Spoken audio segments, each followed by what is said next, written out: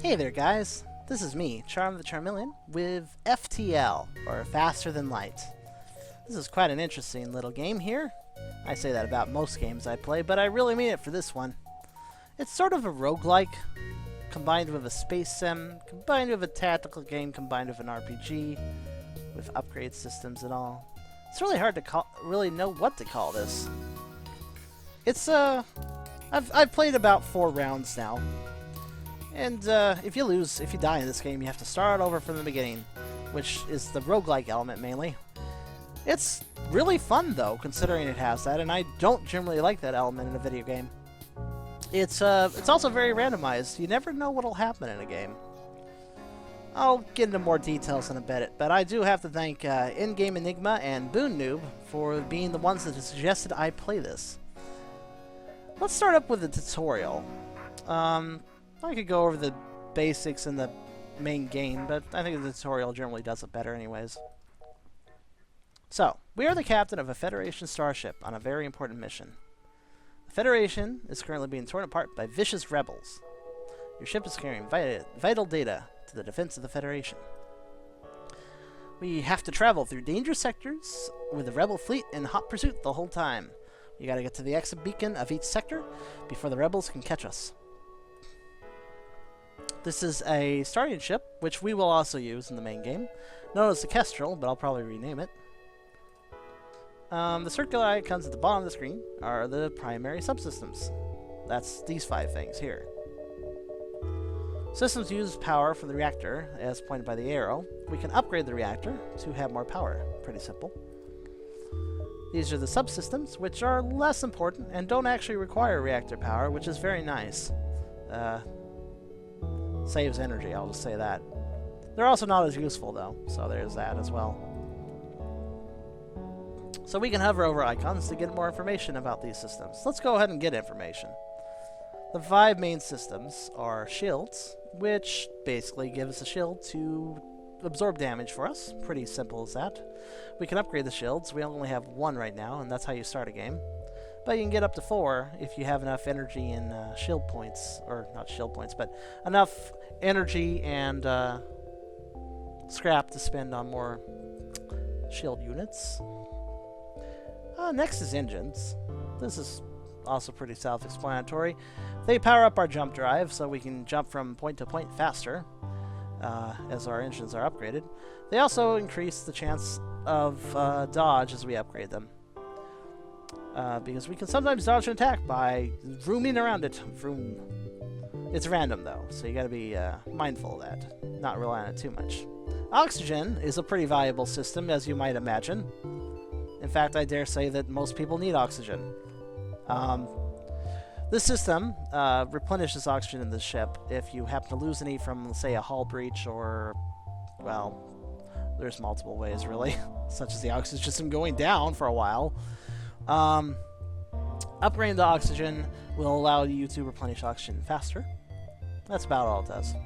The med bay over here heals up your crewmates, and you will take damage if a crewmate is in a room that gets attacked by a weapon. And of course, if you have a boarding party situation or are boarding a ship yourself and get into some hand-to-hand combat, well, you're going to take some damage that way too. So the med bay heals up people, anybody in the room, as long as it's powered, will get healed by it. Upgrading the med bay will allow it to heal people faster. Finally, and perhaps most importantly, are the weapons system. Without this, you can't shoot weapons. You generally start out with 3 energy, and in this tutorial you're starting out with 2, which is just enough to power these dual lasers that the tutorial starts you with. Well, actually, the dual lasers only takes 1 energy, so that would be an extra energy. But basically, you need to upgrade that to have more weapon energy, and as you get more weapons, you'll need more weapon energy to power them all at once, or depending on how much energy they cost, just to power 1 of them. So valuable to upgrade just so you can be more armed to the teeth. As for the subsystems, you got piloting, pretty simple. If you have a guy in the seat, if it's manned in other words, then you can jump. But if you upgrade piloting, you can have piloting, then you can have autopilot have a chance to dodge attacks for you without it You can't dodge any attacks even if your engines are really upgraded, unless you have a guy sitting in the seats. Sensors enable me to see my ship layout even if there's a guy not in it. If I move a guy, well, they're not moving because the game's paused, but if I had a guy in a room, I could see it no matter what my sensor status is. But as long as I have one sensor, then I can see my entire ship. And if there's any problems in a room or stuff, I don't have to wander a guy into the room just to find out. Which kind of sucks if you have a fire and you don't know where it is and you just have a guy blunder into a fire. That's really not a good thing. Upgrading the sensors allows you to see the interior of the enemy ship. And if you upgrade it all the way, I think you can even see what they're powering at any one time, which is very handy. Doors is a subsystem that is pretty boring. Basically, I can open and close doors remotely, rather than having a guy walk through it and open it and close it, if the door system is enabled. I forget what upgrading doors does. I think it gives you better doors, blast doors that keep fires out from, keeps fires from spreading from room to room, and also keeps enemies from getting through rooms as quickly, I think. So there's that. And that's basically it for the system overview. Let's keep going on the tutorial. This is the hull meter, the shield meter, and the current resources. Hull meter is your basic HP. Reach 0 and you die. Start over, game over, see you later. Shields, they're rushing it, but shields are pretty self-explanatory. You can have up to 4. They take hits for you. More is better, generally. And as for the resources, fuel, one is expended each time you jump from one point to another. And if you run out of fuel, I don't actually know what happens because I never let that happen. But I assume it's a game over, considering you are being chased the entire game. Missiles, sub-weapons require missiles. Lasers don't require missiles. Missiles require missiles. Bombs require missiles. That's just a type of ammunition. And drone parts, well, they let you... if you have a drone room, upgrade thing you can install on your ship, I forget what it's exactly called, drone control, and you happen to have drones schematics, then you can make a drone, and the drones will do things for you, and they're like little ships that assist you most of the time, either by randomly pot-shotting your enemy, shooting down missiles coming at you, or sometimes just being on your ship and actually helping out if somebody tries to board you. Lastly is scrap. That's basically money. There's a lot of ways to get it. Use money to buy things, use money to upgrade things, and then money is useful. Or scrap is useful, but it is money, so there you go. Alright, our engines are powered down because the tutorial's a dick and did that. Green boxes are powered, whites are unpowered. This can be useful at times. Let's go ahead and power it up. There. Let's power up weapons too. Oh, we can't, because it's not letting me. Oh, but I can do that. I can select it to powered. So I still have 2 extra energy. But yeah, if you're in a pinch, like, oh crap, this one system went down, then you can just turn off the power to it if you don't need it right then. Like, I could turn out the med bay and get another energy unit for something else. So you can kind of manage that way. Though it's generally good to keep everything powered if you can manage it. Alright. Yeah, I just went over what I already did, because I already did it! Good stuff. And suddenly we took damage. I hate it when that happens randomly. Though it never actually happens randomly. So, in the course of combat, and sometimes other situations, like fires, your systems can get damaged. There's 3 statuses for systems. Gray, which means they're doing okay. Yellow, which means they're not feeling very jello. That was a terrible rhyme. And red means they're almost dead. Well, they can't actually get destroyed completely, but red means they're completely offline, and you need to fix them up to have them do anything again.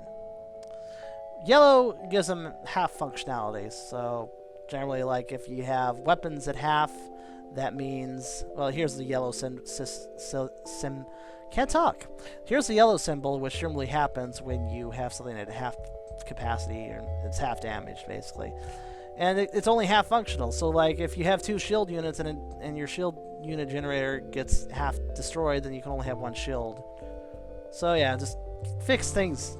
Fix things if they turn color. Good times good. Yes.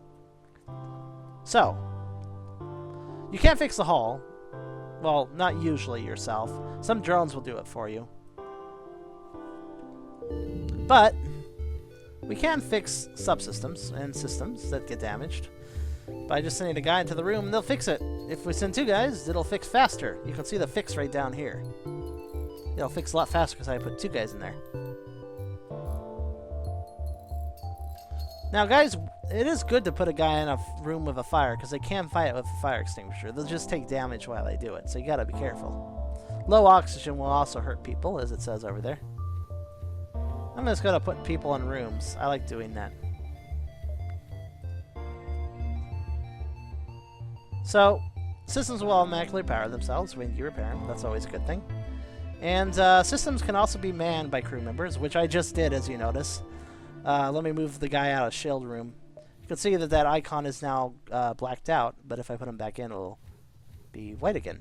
Basically, that means it's manned. And when a system is manned, it does better. For shields, the shields regenerate faster. For piloting, that means you can actually use the jump drive and dodge better. Or at all. And weapons man mean they recharge faster, and engines man means they increase the dodge chance, I guess. Also, crew members will get better at their job as you leave them to do something.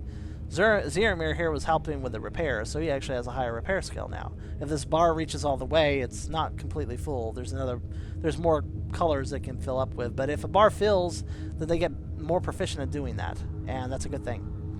By just leaving them in a room that has a system they command, they will get better at that system. And I generally will always leave one guy in a particular room so they can get really good at whatever they're doing. It's not generally wise to spread a person out and make them do multiple things if you can avoid it. I think that's about it for this little bit, so let's go ahead and skip ahead on the tutorial. Uh-oh, a fire! I hate when that happens. Now, we could send a guy right in there to, like, fix it, but then he'd catch on fire and stuff and then suck, and he could fix it, but there's a simpler way, and this is why having the automatic doors is useful. We can open the airlock. There are airlocks on most sides of the ships, as you can tell. That'll take out the oxygen in the room, which is indicated by it turning that red color, which will fade away as oxygen returns. You can see our oxygen meter over here is at 95% because I did that. But it'll restore thanks to our oxygen system. But, yeah. Opening the airlock's a great way to take oxygen out of a room really fast. Taking out fires, and I think if you can manage it, if you can trap some enemies in that room, if they try to board you, I think they'll have a bad day if you open the airlock on them. I could test that with other fire guys, but I'm not that heartless. Alright, let's jump to a new location, since the tutorial says it's a good idea. Somebody has to be in the pilot seat for this to work. If I move this guy out, then it goes down. Put him back, and it goes up. It requires 1 of our fuel, though. Always good to remember that. And this is our map. We can jump to any point. We are the point that We are on the point where our ship is hovering around. We can jump to any point with a dotted line connected. Pretty self-explanatory, really. I generally like to travel through the middle of an area. The rebel forces will push from the left side, and you will actually see just how far they're pushing. They're not here yet, but they will be in a couple turns, or 3. And our goal is to get to the exit over here. But if you rush it, that's a bad idea. You want to dawdle as much as possible, at least that's what I do, because then you can get more resources and get stronger. And really, if you rush off to the exit and move to the next sector really fast, you're going to find yourself to be more underpowered as you go. So let's go here.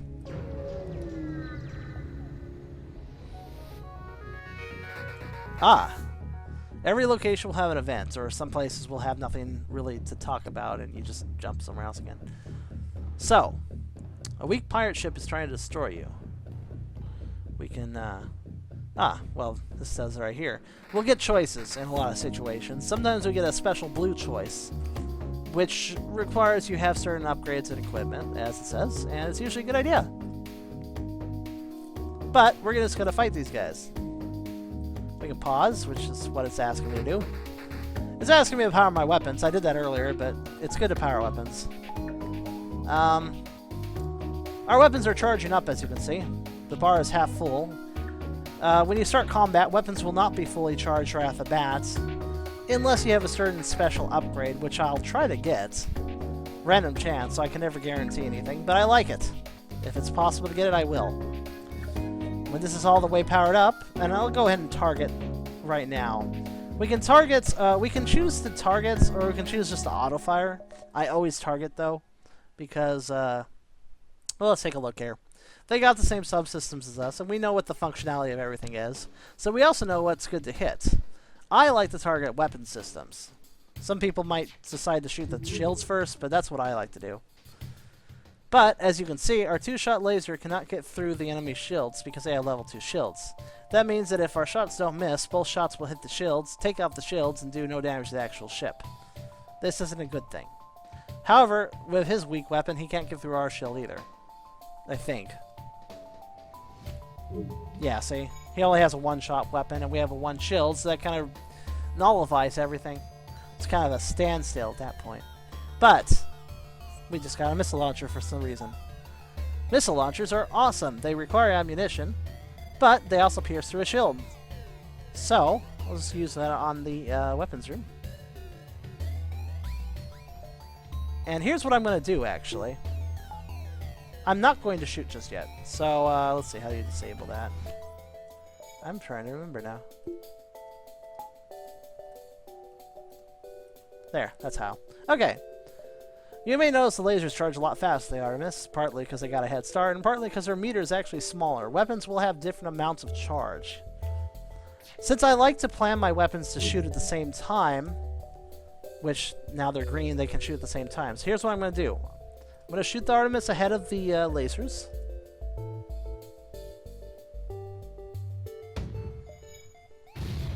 And then, I hope the laser will shoot through that.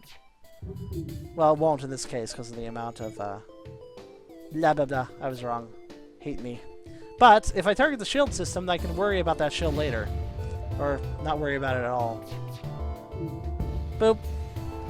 Well, okay, the shield still held, but not as well as before because I kind of took out one of their 2 shield units by half disabling their shield unit, which means, well, I got to do it. So anyways, when you beat something up, you generally get scrap. Sometimes other things like fuel, missiles, drone parts, and sometimes a weapon. It's really nice when you get a weapon. That's good stuff. So, let's go to the ship menu since it's asking us to. This is our equipment menu. This is what we have installed right now. This is our cargo. We could put those into the system if we wanted to. We can have up to 4 weapons, though for right now we can only have 2. It's asking me to put this halberd beam in place of the Artemis. The halberd beam is a beam weapon. Beam weapons, as it says, reduce by 1 damage for every shield it passes through, which allows for partial shield piercing. It requires a whole 3 power, but it does, looks like 2 damage. That means if an enemy has a single shield, that'll pierce through that and do 1 damage. If the enemy has no shields, it'll do full damage. If the enemy has 2 shields, it won't do any damage at all. Pretty simple. It's just basic math for halberd weapons or beam weapons like this, halberd beam. So now we have it installed like it asks. And, I'll just accept. Also, augmentation's very useful, but I'll get into those when we actually have some. We don't have drones installed. You never start with drones installed, at least not on the basic ship. But we don't have enough power to actually power the halberd beam, especially not with the lasers. We have 2 units of power for weapons, and that requires 3, and that requires 1. So that's no good. So we need to upgrade the reactor, which gives us more power. But that's not all we have to do. So we'll need 3 plus 1. We have 2, so we need 4 power in total. So let's go ahead and get ourselves a little more power. We only need 1, technically. Also, we need to upgrade the weapon system, because otherwise we don't have slots. But this will upgrade it so we actually have slots. What is it asking me to do? Yeah, that's what I did. Thanks. There we go. Now we have 2 extra slots, and I can pump the extra energy I got into it by turning on that weapon. And there you go. It's simple math. Cool. And yeah, we can rearrange our weapons and randomly switch them around on the ship while still charging them. Weird, huh? Okay. Cool stuff.